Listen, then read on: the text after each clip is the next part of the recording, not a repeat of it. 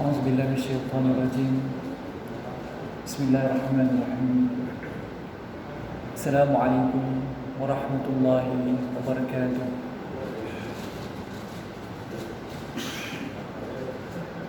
إن الحمد لله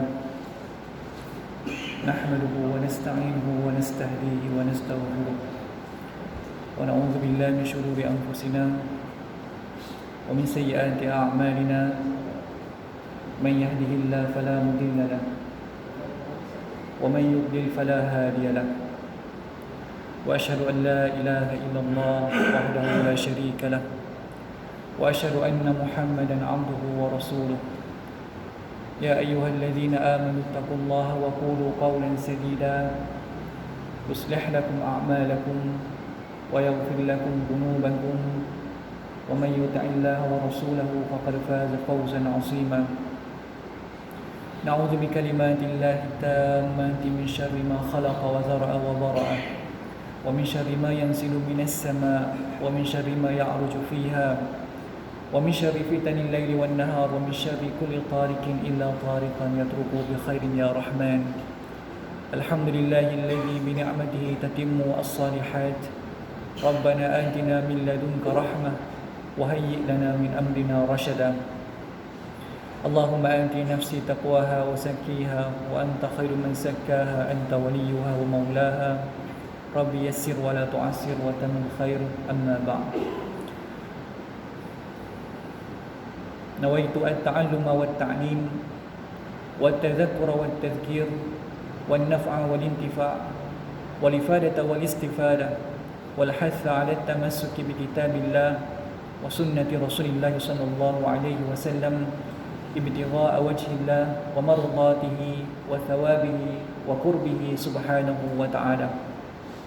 Alhamdulillah, pertama-tamanya kita merafakkan syukur kita kepada Allah Subhanahu wa taala kerana dengan rahmat dan juga limpah kurnia-Nya Allah Subhanahu wa taala bagi pada kita kesempatan untuk berkumpul dan berhimpun pada malam yang berbahagia ini. Mudah-mudahan pertemuan kita ini dalam daurah pengajian kitab Ta'limul Muta'allim Tariqat Ta'allum mudah-mudahan diberkati dan dirahmati oleh Allah Subhanahu wa taala. Tuan-tuan yang dimuliakan oleh Allah Subhanahu wa taala, di dalam usaha kita menuntut dan mencari ilmu agama Allah Subhanahu wa taala, kita hendaklah berpegang kepada manhaj yang telah disusun dan ditentukan oleh ulama-ulama kita yang silam.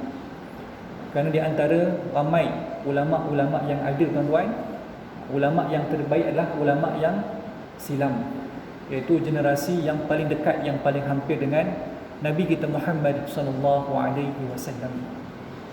Kerana itulah ya, dalam kita menuntut ilmu, tuan-tuan, tidak dapat tidak kita mestilah mencari seorang guru yang bersambung sanadnya, guru yang mempunyai manhajnya yang jelas, yang bersambung sanadnya sehingga sampai kepada Rasulullah sallallahu alaihi wasallam. Kerana itu, tuan-tuan, disebutkan dalam hadis Nabi, ya, Nabi menyebutkan bahawa innallaha yaqbidul ilma intiza'an.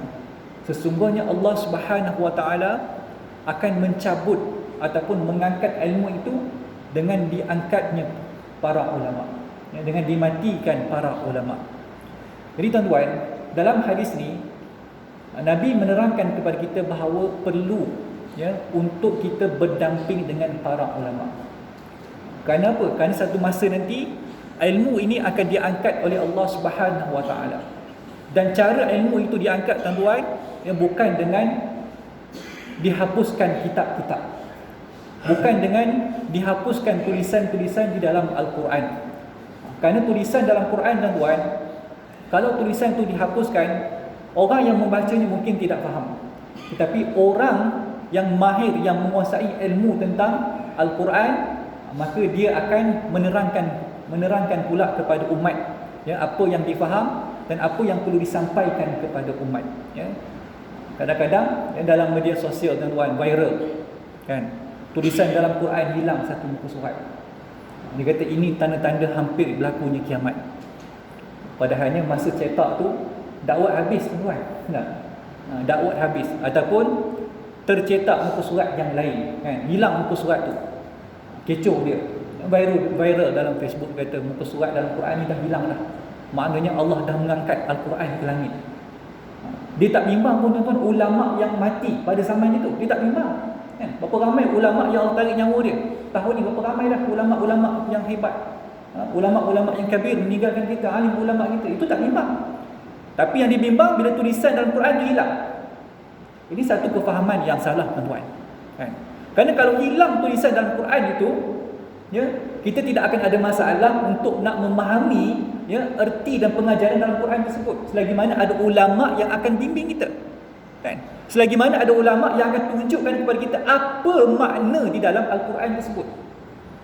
Yang kita bimbang bila makin ramai ulama kita yang meninggalkan kita, yang dalam dada dia ada kefahaman tentang Quran tersebut, yang sepatutnya yang dia akan sampaikan kepada umat, dan dia pergi meninggalkan kita. Itu yang patut kita bimbang tuan, ya. Sebab tu Nabi tak sebut, ya, innallaha yaqbidul ilma intiza'an biqabdil kutub. Allah tidak mengangkat ilmu itu, ya, dengan diangkatnya kitab. Dah. Nabi kata apa? Allah mengangkat ilmu itu dengan kematiannya para ulama. Sebab tu kita tuan-tuan sekarang ni, selagi mana ada alim ulama, ya, pada zaman kita ini yang ada di sekeliling masyarakat kita, tuan, ambil kesempatan, ya, ambil kesempatan untuk mengaji. Kerana satu hari nanti, takut nanti kalau kita tak pergi mengaji dengan ulama tersebut, ya, tak sempat nak mengaji dia, tiba-tiba kita dah meninggal dah alim tersebut, maka kita akan rugi. Kita akan mengalami kerugian yang sangat besar. Kerana itu ambil peluang sungguh-sungguh, tuan. Ambil peluang untuk kita nak belajar dengan para alim ulama kita, ya. Kalau kata tulisan dalam Quran itu diangkat oleh Allah, kita tidak ada masalah selagi mana ada ulama yang akan membimbing kita. Baik, tuan-tuan, kita masuk dalam pengajian kitab Ta'lim Muta'allim Tariqat Ta'allum. Qala al-musannif rahimahullah subhanahu wa ta'ala wa nafa'ana bi'ulumihi wa 'ulumikum fid darin amin. Kita dah masuk pada fasal yang ketiga, ya, fasal yang ketiga berkait dengan pemilihan guru, rakan belajar dan penetapan. Ini penetapan tuan, kita akan tengok nanti apa maksud dia. Penetapan ilmu apa yang kita nak belajar nanti. Nanti Syekh Al-Imam As-Sunuji dia akan terang kepada kita. Okey. Penuntut ilmu seharusnya memilih cabang yang terbaik pada setiap ilmu dan urusan agama yang menjadi kemestian hariannya, seperti sembahyang. Kemudian kemestian yang seterusnya seperti haji dan zakat. Penuntut hendaklah mengutamakan ilmu tauhid dan mengenali Allah Subhanahu wa taala melalui dalil. Kerana beriman secara taklid walaupun sah pada pandangan mazhab kita, iaitu ahli sunnah wal jamaah, tetapi masih berdosa kerana tidak menggunakan dalil. Jadi tuan-tuan, di sini pengarang iaitu Syekh Al-Imam Az-Zurnuji radhiyallahu taala anhu nak terang kepada kita bahawa perlu untuk kita memilih ilmu yang terbaik, kan? Perlu kita nak memilih dan mencari dan belajar ilmu yang terbaik dan yang kita perlukan pada waktu tersebut, ya. Bukan semua benda kita nak kena tuntut, tuan. Bukan semua benda kita boleh tuntut pada satu masa yang sama. Kerana itulah kata ulama, kata Al-Imam Asy-Syafi'i radhiyallahu taala anhu, dia kata apa? La yablughal ilma jami'an.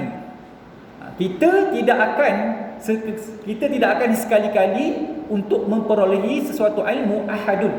Seorang tidak akan sampai kepada kesemua ilmu, ya. Kita tak akan boleh nak tuntut semua ilmu. Tak boleh. Walau mumarasahu alfasanah, ya. Kata Imam Syafi'i, tak akan sesekali seorang tadi diboleh kumpulkan ke semua bidang ilmu, walaupun dia telah mumarasah, walaupun dia telah bersungguh-sungguh menuntut ilmu tadi selama 1000 tahun. Tak akan mampu kita, tuan-tuan, ya. Apatah lagi umur kita yang singkat ni. Maksudnya Imam Syafi'i nak bagi tahu pada kita, tuan-tuan, ya, kalau pun kita ni hidup umur kita ni 1000 tahun sekalipun, tak akan mampu untuk kita belajar ke semua bidang ilmu yang ada dalam dunia, kan? Apa lagi umur kita yang singkat, waktu kita yang pendek ni, ya. Sebab itulah ulama bahas kepada kita, kan? Ulama cerita kepada kita, ulama bimbing kita benda apa yang kita nak belajar. Waktu ketika mana kita masih ada tempoh masa yang singkat ni, ketika mana kita ada umur kita yang pendek ini. Kerana itulah kata Syekh Al-Imam Az-Zarnuji, didahulukan ilmu yang ahsana, ilmu yang terbaik, ya. Yakni yang terbaik untuk urusan kehidupan kita. Sama ada kemestian harian, kan? Seperti apa? Seperti solat, sembahyang, puasa, ataupun seperti zakat dan haji. Maksudnya apa tuan? Fardu ain lah. Tak? Yang ni yang kita nak kena belajar tu. Ilmu banyak tuan-tuan, kan?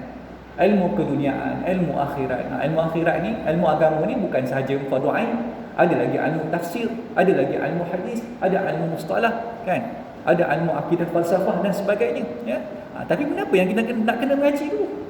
Tak. Kalau pun hidup umur sampai 1000 tahun, kata Imam Syafi'i, tak mampu kita nak belajar semua bidang ilmu ni. Maknanya hakikatnya ilmu Allah ni terlalu banyak. Tapi ulama bimbing kita, tak? Ulama bantu kita, kenapa yang kita nak kena belajar ni? Jadi Syekh Al-Imam Zarnuji disebut ilmu fardu ain. Kena belajar tentang sembahyang, tak? Belajar tentang zakat, belajar tentang haji, belajar tentang muamalat. Benda yang kita nak lakukan setiap hari, yang kita perlu lakukan setiap hari, yang ini kita kena belajar. Dah selesai ke solat kita? Tak? Macam mana hukum sah batal solat? Masbuk dan muwafiq, kan? Perkara-perkara yang membatalkan solat. Tak? Dah selesai ke belum? Jamak kasar, itu pun tak selesai lagi. Lepas tu nak ngaji macam mana sampai alim? Ngajilah sampai kita mampu, tuan-tuan. Tak, ngaji sampai mana kita mampu. Baik. Dan kemudian Al-Imam Zarnuji radhiyallahu ta'ala anhu, dia bahas kepada kita, dia cerita kepada kita tentang keutamaan mempelajari ilmu tauhid, kan? Ataupun ilmu usuluddin. Ni tuan-tuan, ni yang ramai orang tinggal ni. Tak? Ilmu usuluddin, kan? Mari masjid malam ni ngaji kita apa malam ni? Kuliah apa? Kuliah tauhid. Sifat 20. Tu pergi masjid lain. Tak? Nak ngaji apa? Ngaji tafsir lah. Best sikit. Ngaji sifat 20 daripada umur 20 tahun dulu. Tak faham-faham. Pening belajar. Dia kata macam tu. Tak? Tapi Imam Zarnuji sebut ilmu apa yang penting? Ilmu tauhid dulu. Tak? Nanti saya akan terangkan kenapa pentingnya ilmu tauhid ni. Sebab apa? Sebab kata ulama, ya, ada ilmu yang makin bertambah pengetahuan tentang ilmu tersebut, dia tidak menjadi faedah yang besar. Tak. Tapi tuan-tuan, ada ilmu yang makin bertambah dan makin banyak kita belajar, ya, makin banyak kita belajar, makin baik kepada kita, makin baik kepada orang tersebut. Iaitu ilmu apa tuan-tuan? Ilmu tauhid. Kan? Ilmu tauhid. Ilmu tauhid tuan adalah ilmu yang kalau kita belajar, setiap hari kita belajar, ya, kitab yang pelbagai kita belajar, naik peringkat demi peringkat, itu sangat-sangat baik. Kenapa tuan-tuan? Kerana ia berkait dengan keimanan, tak? Berkait dengan tauhid, berkait dengan pengetahuan kita tentang Allah, tentang Rasulullah sallallahu alaihi wasallam dan juga rasul-rasul yang lain, ya. Sebab tu penting ilmu tauhid. Dan kerana apa juga? Kerana belajar ilmu tauhid ini wajib, ya. Disebabkan kita dalam mazhab ahli sunnah wal jamaah Asy'ariyah berpandangan mengatakan bahawa orang yang bertaklid dalam akidah, ya, maksudnya yang dia lahir sebagai Islam, dan dia Islam ni hanya ikutan kepada bapa dia ataupun datuk dia dulu yang Islam, kan? Maka iman orang yang begini, yang tak belajar, yang tak cari dalil, ya, maksudnya bila kita tanya dia apa dalil wujudnya Allah, apa dalil wujudnya Allah, maka dia tidak boleh jawab dengan dalil yang ijmal, kan? Ataupun dalil yang umum, secara umum pun dia tak boleh nak jawab. Maka tuan-tuan, orang macam ni dia perlu belajar. Dia kena belajar. Kalau orang tanya kat kita, apa dalil wujudnya Allah? Orang tanya kat kita, apa dalil wujudnya Allah? Kita pun bagi tahulah wujudnya alam. Ada alam bukti kepada wujudnya Allah. Kerana alam ni makhluk, kan? Takkan makhluk jadi sendiri. Tuan-tuan, ya, seperti mana dia kata takkan makhluk jadi sendiri. Macam mana ada tapak kaki unta tengah padang pasir, maknanya apa? Ada unta. Nah, tu cara nak faham budak. Ada tai lembu tengah jalan, tak? Ada tai lembu tengah jalan. Maksudnya ada lembu lah yang lalu jalan tu sebelum tu. Tu takkan tai lembu ada, tiba-tiba lembu tak ada. Tak? Nampak tai lembu, lepas tu fikir seorang, boleh jadi ke lembu ni ada kat sini? Fikir apa lagi tuan-tuan? Ya? Dah nampak tak lembu tu, maknanya ada lembu lah yang lalu situ dan berak di situ sebelum tu. Dah. Contoh kasar lagi, masuk dalam tandas, tengok-tengok tak flush. Terapur je najis. Maknanya apa? Maknanya ada orang berak sebelum tu. Jadi maknanya tu sebagai athar. Itu panggil sebagai asar. Asar dalil kepada muassir. Kesan itu adalah dalil kepada yang meninggalkan kesan tersebut. Jadi kita beritahulah bila orang tanya kepada kita, kita beritahu apa dalil wujudnya Allah. Kita kata wujudnya asar. Wujudnya kesan yang ditinggalkan itu adalah bukti kepada wujudnya yang memberi kesan tersebut, iaitu Allah, kan? Jawab yang tu tuan-tuan, insya-Allah, ya. Yang ni orang yang tahu. Kita tahu, dia tahu secara ijmal, secara umum, dalil secara umum dia tahu bahawa Allah tu wujud. Sebab apa? Sebab ada alam. Takkan ada alam tiba-tiba tak ada pencipta. Sebab alam ni makhluk, mesti ada pencipta. Siapa dia? Allah. Tapi kalau kita tanya kepada dia secara tafsil, ya, secara terperinci, kita tanya kepada dia, tolong bagi tahu pada saya secara terperinci tentang dalil wujud Allah. Kan? Apa dalil daripada Quran? Apa dalil daripada hadis? Dia kata, oh yang ni nanti dululah. Saya tak berapa nak hafal benda ni, kan? Saya tak berapa nak tahu sangat dalil daripada Quran, daripada hadis. Itu pun sudah cukup tuan-tuan. Kan? Itu pun sudah cukup bagi dia untuk dikira sebagai beriman tanpa taklid. Boleh faham tuan? Ya? Tu. Tapi kalau orang tanya, apa dalil wujudnya Allah? Orang tanya kita, apa dalil wujudnya Allah? Kita tak tahu nak jawab. Tak tahu nak jawab. Habis tu kamu Islam? Ya, saya Islam. Saya Islam lah. Pasport saya, kad pengenalan saya tulis Islam. Ini Islam ikutan tuan-tuan. Tak? Bahasa orang akademinya Islam biologi. Sebab apa? Sebab mak dia dulu Islam. Mak dia dulu Islam, dia pun Islam juga. Maka inilah yang menyebabkan orang jadi macam-macam sekarang. Orang jadi macam-macam. Kenapa? Kerana tidak mengambil perhatian terhadap ilmu yang sangat penting, iaitu ilmu tauhid. Ini saya dah bagi jawapan kepada tuan-tuan hari ni. Kalau orang tanya apa dalil wujudnya Allah, saya ni daripada Quran, daripada hadis saya tak apa nak hafal lah. Kan? Ngaji pun merangkak lagi. Tapi ustaz terang pada saya tu, ya, nak cerita pada orang dalil wujudnya Allah, tengoklah alam ni. Tengok alam ciptaan Allah ni. Siapa yang jadikan alam? Takkan alam dari sendiri. Mesti ada pencipta dia. Setiap benda pasti ada pencipta dia. Ya. Betul, orang tanya pula, siapa yang cipta Allah? Siapa pula yang cipta Allah? Tuan-tuan, kalau jawab macam tu, nak jawab macam tu, jawapannya infinity. Ini takkan selesai. Persoalan tu takkan selesai. Kalau kita kata ada yang cipta Allah, siapa pula yang cipta Allah? Ini takkan selesai. Tak seperti mana tentera, ya, menerima arahan daripada orang atasan, ya, katalah di sempadan, nak tembak orang yang menceroboh sempadan kita. Dia kena tunggu arahan daripada orang atasan. Ya, rujuk kepada saya tak tahulah pangkat macam mana kan. Rujuk kepada yang atas, rujuk kepada yang atas, rujuk kepada Perdana Menteri. Contohlah kan. Yang pentingnya apa? General tak? General. Lepas tu kalau ada lagi atas general, ada lagi yang atas daripada general, sampai bila dia nak tembak? Boleh faham tuan? Maknanya mesti ada the first counsel, penggerak yang pertama tu, yang nak bagi arahan kepada tentera tadi untuk nak tembak musuh tadi. Kalaulah tak ada orang yang paling atas, maka tentera tadi dia tak akan tembak. Kalaulah tak ada punca yang pertama, maka alam tak akan jadi. Boleh faham tuan? Tu jawab dia, jawab logik dia, ya? Sebab tu penting juga kita tahu dalil secara ijmal, ya, secara umum ni kena tahu. Tak? Nanti kita akan bincang. Kenapa? Kerana dalam mazhab kita, ni mazhab kita ni, Ahlussunnah wal Jamaah Asy'ariyah, ya, ada 6 pandangan tentang masalah orang yang taklid dalam akidah. Taklid tahu kan? Taklid ni orang yang ikut dalam akidah. Kan? Ikut je sebab mak dia Islam, dia pun Islam lah.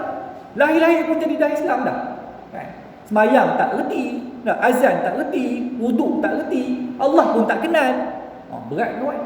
Nabi tak kenal. Tanya budak-budak kita sekolah menengah sekarang, tuan-tuan, nak ucap kalimah syahadah pun tak pandai sekarang. Kita tengok anak-anak kita sekarang ni yang remaja-remaja ni, test macam mana dia mengucap tu kalimah syahadah. Kita seronok sangat pergi kedai mamak dah. Kita cuba baca sikit, 2 kalimah syahadah. Kita tak tengok anak-anak kita, remaja kita sekarang pandai ke tak pandai. Kan? Nabi pun tak kenal, Allah pun tak kenal. Dalam kebenaran memang tulis Islam. Ini berat tuan, ya. Sebab apa? Sebab ada 6 pandangan tentang masalah orang yang bertaklid dalam akidah, ya. Ada 6 pandangan. Ada sebahagian pandangan dalam 6 pandangan tersebut yang mengatakan hukumnya tidak sah. Maksudnya apa tuan? Maksudnya kafir. Orang yang bertaklid dalam akidah hukumnya kafir. Ini ada pandangan yang ulama sebut, ya. Kafir di sini maknanya apa? Kena faham tuan. Kena faham tuan, ya. Kafir di sini maknanya, ya, adakah kita tak boleh kahwin dengan dia? Disebabkan kerana dia tidak tahu tauhid secara ijmal, ya, tak tahu tauhid, dalil tauhid secara umum, maka tak boleh kahwin dengan dia. Tak. Bukan itu maksudnya. Kafir di sini dengan maksud, ya, dia tidak akan selamat di akhirat. Itu makna kafir dalam perkataan tersebut. Sebab tu kena faham elok. Kena faham elok makna kafir bagi orang yang bertaklid, ya, yang disebut oleh sebahagian ulama, orang yang bertaklid dalam akidah. Akidah tuan, bukan dalam fiqh. Bukan dalam fiqh. Sebab apa? Sebab fiqh ni kita wajib taklid. Dalam fiqh wajib taklid. Sebab apa? Sebab kita bukan ahli dalil. Tak. Kita bukan ahli dalil. Contoh dalam bab solat, kita ikut mazhab apa tuan? Kita ikut mazhab Syafi'i. Yang itu taklid dalam fiqh, kan? Bukan taklid dalam akidah. Dalam akidah, dalam fiqh wajib taklid. Kerana kita bukan ahli dalil. Tak. Kita bukan ahli ijtihad. Boleh nak berijtihad dengan hukum hakam, ya, nak ambil pada Quran daripada hadis, tak. Kita bukan ahli dia. Maka kita kena ikutlah dengan ahli dia, kan? Kena ikut dengan ahli fiqh, dengan alim fiqh. Tapi kalau dalam tauhid tuan, kena tahu secara ijmal, kena tahu secara umum, ya. Dalil secara umum pun kena tahu. Yang tu kena mengaji tuan, ya. Kita kena mengaji. Sebab tu yang tuan-tuan belajar, contoh ni kan, kalau ada alim ulama kita, asatizah kita, tok guru kita datang sini, ya, datang Masjid Al-Wara ni, mengajar kitab-kitab tauhid yang ringkas-ringkas. Contohnya apa tuan? Kitab Aqidatul Awam, ya, Aqidatul Awam karangan Al-Imam Al-Marzuki. Al-Imam Marzuki. Ini contoh kitab tauhid yang ringkas. Itu pun sudah cukup tuan-tuan, ya, untuk nak mengeluarkan kita daripada dianggap sebagai orang yang khilaf di kalangan ulama pada iman dia, pada iman orang tersebut, kan? Sebab tu kena belajar tauhid. Sebab kalau tuan-tuan tak belajar tauhid, tuan-tuan akan masih lagi berada dalam salah satu daripada 6 pandangan tadi, dalam 6 pandangan ulama tersebut. Tapi kalau kita datang kelas tauhid tuan-tuan, kalau tak pandai pun, ya, saya tak ingat ustaz, tapi saya adalah datang belajar. Alhamdulillah, itu pun dah cukup tuan-tuan. Tak, itu pun sudah cukup, ya. Sekurang-kurangnya datang belajar. Sekurang-kurangnya datang belajar. Ini masalahnya tak belajar langsung, kan? Dia kata apa? Dia kata, saya belajar pun tak pandai, kan? Baik tak belajar. Ini tak tuan-tuan. Dalam kubur nanti Allah Ta'ala tak tanya. Allah Ta'ala tak tanya kenapa belajar tauhid dulu tak pandai. Tak, Allah tak tanya gitu. Yang Allah tanya belajar ke tidak. Yang penting belajar ke tidak. Dan ingat, lagi belajar, insya-Allah Allah Ta'ala akan bagi kebaikan. Allah Ta'ala akan bagi kefahaman kepada orang tersebut. Albert Einstein, semua orang kenal. Orang kenal Albert Einstein, ya. Kata Albert Einstein, saya jadi pandai ni bukan kerana saya pandai, tapi kerana kesungguhan saya. Bukan kerana saya pandai, dia kata. Albert Einstein ni bukan pandai pun. Dia memang bukan antara orang yang pandai sebenarnya. Tapi kenapa dia pandai tuan? Disebabkan kerana kesungguhan dia. Disebabkan kerana himmah yang tinggi. Semangat dia yang tinggi untuk menuntut ilmu agama Allah Subhanahu, untuk menuntut ilmu, bukan ilmu Allah, ya, untuk nak tuntut ilmu, akhirnya Allah Taala bagi juga. Allah Taala bagi kepada dia. Tuan-tuan, kalau Albert Einstein Allah Taala bagi, takkanlah kita umat Nabi Muhammad yang Muslim ni Allah Taala tak bagi? Boleh faham tuan? Ya. Beruk pun kalau kata kita ajar pada dia, tak. Gajah lah. Dan gajah kalau kita ajar kepada dia melukis, tak ajar lukis, tiap hari duk ajar lukis, boleh lukis gajah tu, kan? Gajah boleh melukis, ya. Gajah ni kalau kita ajar dia, boleh main bola gajah ni. Itu tak tuan, ya. Walaupun dia sepak tu sekali 2 kali je, tak. Sepak sekali 2 kali, tapi kira pelik lah daripada gajah lain, tak reti sepak bola. Kenapa jadi macam tu tuan? Kerana ada kesungguhan, tak? Kerana istimrar, kerana dilatih, kerana berterusan macam tu. Begitu juga kita ni manusia tuan-tuan, tak? Jadi jangan kita rasa datang kelas tauhid je, bila datang belajar kelas tauhid kita kata Allah, susahnya tauhid ni, malaslah belajar. Tak tuan-tuan, jangan macam tu. Kena datang belajar, ya. Kena datang belajar. Jadi faham tuan jadi kalau kita tengok dalam kitab-kitab yang ulama sebut, ya, orang yang taklid dalam akidah, orang yang tidak belajar dalam keadaan dia ni ada kemampuan untuk belajar ilmu tauhid. Maksudnya kefahaman dia senang. Dia bukannya orang yang balik, dia bukannya orang yang sangat bodoh dah. Maksudnya kalau kita terang pada dia 80 kali pun tak ingat-ingat dia, tak faham-faham dia, ya. Tak ada kot kita macam tu. Tak. Kita ni kalau setakat tak faham 3-4 kali je tak faham, tak. Masuk 5 kali insya-Allah boleh kot faham, tak. Ya. Jadi ada, kalau tak ada, ya. Tak adalah kita sampai nak kena terang 80 kali, 90 kali, insya-Allah kita boleh faham, ya. Jadi orang yang macam ni yang ada kemampuan tapi tak belajar ilmu tauhid, ada kemampuan, bukannya bodoh sangat, ya. Bukannya gila, boleh belajar ilmu tauhid tapi tak belajar. Maka sebahagian ulama kata, pandangan sebahagian ulama kata dia kafir. Kafir. Tapi kafir dengan makna apa tuan? Kafir dengan makna dia tidak akan selamat di akhirat. Tu. Ya, tu makna dia. Bukan kafir dengan maksud dia tidak Islam, tak. Bukan kafir dia tidak Islam. Salah kalau kata orang syarah ke arah tu. Dia kata, ni tengok, siapa yang taklid dalam akidah hukumnya kafir. Maknanya apa? Maknanya tak boleh kahwin dengan dia, tak boleh kita nak bagi harta warisan kepada dia kalau mak ayah dia meninggal dan sebagainya. Tak boleh. Bukan itu maksud tuan. Maksud kalam kafir tadi dalam perkataan para ulama, dia tidak selamat di akhirat. Tu makna dia, ya. Di akhirat nanti dia tidak akan selamat. Keadaan dia macam mana tuan di akhirat nanti? Keadaan dia seperti golongan yang bukan Islam di depan Allah Taala nanti. Itu keadaan dia. Kena faham hidup tuan, ya. Jangan mudah mengkafirkan orang. Jangan mudah mensyirikkan orang. Kena hati-hati tuan. Selagi mana, ya, dia bersemayang dan kiblatnya menghadap Kaabah, maka kita anggap dia sebagai muslim. Walaupun depan itu ada batu tuan. Batu Karbala tu. Tapi selagi mana dia menghadap Kaabah, kita kena anggap dia sebagai muslim. Jangan mudah-mudah mengkafirkan orang. Kerana ramai sangat asatizah kita belajar dekat YouTube je tuan. 2 kali 3 kali tengok video YouTube, senang sangat dah nak mengkafirkan orang. Kena hati-hati, ya. Memang kita kata kafir, kan? Tapi ulama bincang kafir ni macam mana? Kafir ni di akhirat nanti. Tak, dia tak selamat depan Allah Taala nanti. Tu makna kafir kalau kita bertaklid dalam akidah, tak tahu apa-apa pasal Allah, tak mengaji pasal Allah, kan? Tak kenal sifat Allah. Ini kafir bagi orang yang bertaklid. Baik, itu pandangan yang pertama. Pandangan yang kedua, ya, sebahagian ulama mengatakan bahawa orang yang bertaklid dalam akidah, dia ini termasuk dalam ahli maksiat. Ahli maksiat, ya. Walaupun dia taklid dalam akidah, dan tuan, dalam keadaan dia ni orang yang mampu belajar, bukan tak mampu, mampu belajar, kan? Pandai pula tu, ada ijazah, degree dan sebagainya, tapi tak belajar. Jadi maka ulama kata dia ni dikira sebagai ahli maksiat. Maksudnya apa tuan? Maksudnya kehidupan dia setiap hari dikira sebagai ahli maksiat, yakni berdosa tiap-tiap hari. Betul, jangan main ini tauhid ni, kan? Kita kata payah sangat tauhid, malas belajar. Kita dikira sebagai ahli maksiat. Tiap-tiap hari kita berdosa, ya? Kita duk ingat dosa ni tinggal sembahyang je, tak? Ingat dosa ni tinggal puasa je, tak bagi zakat je, tak. Ada lagi dosa yang lain yang tak sedar kita buat. Tak sedar pun kita buat. Iaitu dosa apa?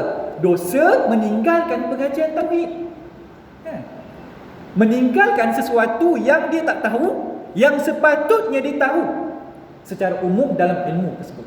Saya dah bagi jalan pada tuan-tuan, kan? Saya dah bagi tahu. Kalau orang tanya apa dalil wujudnya Allah, kita tegak mudah aja. Adanya alam. Siapa yang cipta alam? Ada pencipta, iaitu Allah. Ini dalil kewujudan Allah. Selesai tuan-tuan. Khalas. InsyaAllah mudah-mudahan kita akan selamat di akhirat nanti. Itu pun dah cukup. Tapi kalau ada kemampuan tuan-tuan yang datang mengaji ni, minta ada kelas tauhid kat masjid kita ni. Belajar daripada awal. Kitab yang mudah-mudah, Aqidatul Awam pun tak apa tuan-tuan. Belajar yang mudah-mudah. Kenal sifat 20. Walaupun sifat Allah ni bukan 20 saja tuan-tuan. Banyak lagi sifat yang ada pada Allah ni, tapi yang disusun oleh para alim ulama kita iaitu sifat 20 yang wajib kita belajar. Yang wajib bagi Allah, yang mustahil bagi Allah, yang harus bagi Allah, wajib pada Nabi, yang mustahil pada Nabi, harus bagi Nabi. Ini kita kena belajar tuan-tuan. Ya. Penting. Ya. Kalau tidak termasuk dalam ahli maksiat. Dosa tiap-tiap hari, kita tak tahu. Ingatkan dosa mencuri. Tak. Ingatkan dosa tikam nombor ekor. Rupanya dosa tak belajar ilmu tauhid. Ni kena cari masa, kena cari ruang untuk kita belajar. Ya. Ni kena ambil perhatian betul-betul. Baik, itu yang kedua. Yang pertama tadi dikata kafir, hukum dia orang yang taklid dalam akidah. Yang kedua tak kafir, tapi dikira sebagai ahli maksiat. Yang ketiga, sebagian ulama dikata haram kita mencari dalil. Ada yang kata macam tu pula. Haram cari dalil, tak boleh cari dalil. Tak boleh cari dalil untuk nak kenal Allah ni. Kena taslim. Serah semata-mata kepada Allah Subhanahu Wa Taala. Ya. Ini pandangan sebahagian ulama sufi. Kan? Ini pandangan sebahagian ulama sufi. Kenapa tuan? Kerana mereka ni dia punya keimanan dan kedudukan mereka ni sangat-sangat tinggi. Mereka hampir dengan Allah. Tak? Mereka kata takkan Allah perlu kepada dalil. Allah tak perlu kepada dalil. Allah tak perlu kepada dalil. Sedang sebab apa? Sebab dalil ni Allah yang jadikan. Allah jadikan dalil, lepas tu Allah perlu kepada dalil. Dia faham ke arah tu tuan-tuan. Ya? Jadi dia kata Allah tak perlu kepada dalil. Tapi kita kata dah. Kita katakan kepada para ulama tersebut bahawa yang perlukan dalil bukan Allah. Kita ni manusia yang perlu dalil untuk nak kenal Allah. Kita yang perlu dalil, bukan Allah perlu dalil. Kita ni yang perlu dalil untuk nak mengenal Allah Subhanahu Wa Taala. Jadi maksudnya tuan-tuan, dia tak salah. Ulama tadi tak salah dan kita pun tak salah. Kan? Dia tak salah pada disebabkan bahawa dalil ni Allah yang jadikan. Takkan Allah perlu pada dalil. Itu tak salah. Dan kita pun tak salah sebab apa? Memang Allah tak perlu dalil. Kita ni manusia yang perlu dalil. Kan? Kita nak terang kepada ateis. Kita nak terang kepada golongan-golongan yang free thinker ni, kan? Macam mana kita nak berhujah kepada mereka kewujudan Allah. Tentang kewujudan Allah. Kena tahu dalil, kan? Takkan nak baca Quran depan mereka ni. Tak. Jadi kena berhujah dengan dalil akli, dengan dalil akal, ya. Sebab tu penting untuk kita cari dalil. Tapi pandangan sebahagian ulama dia kata apa? Tak boleh cari dalil. Taslim, serah kepada Allah semata-mata.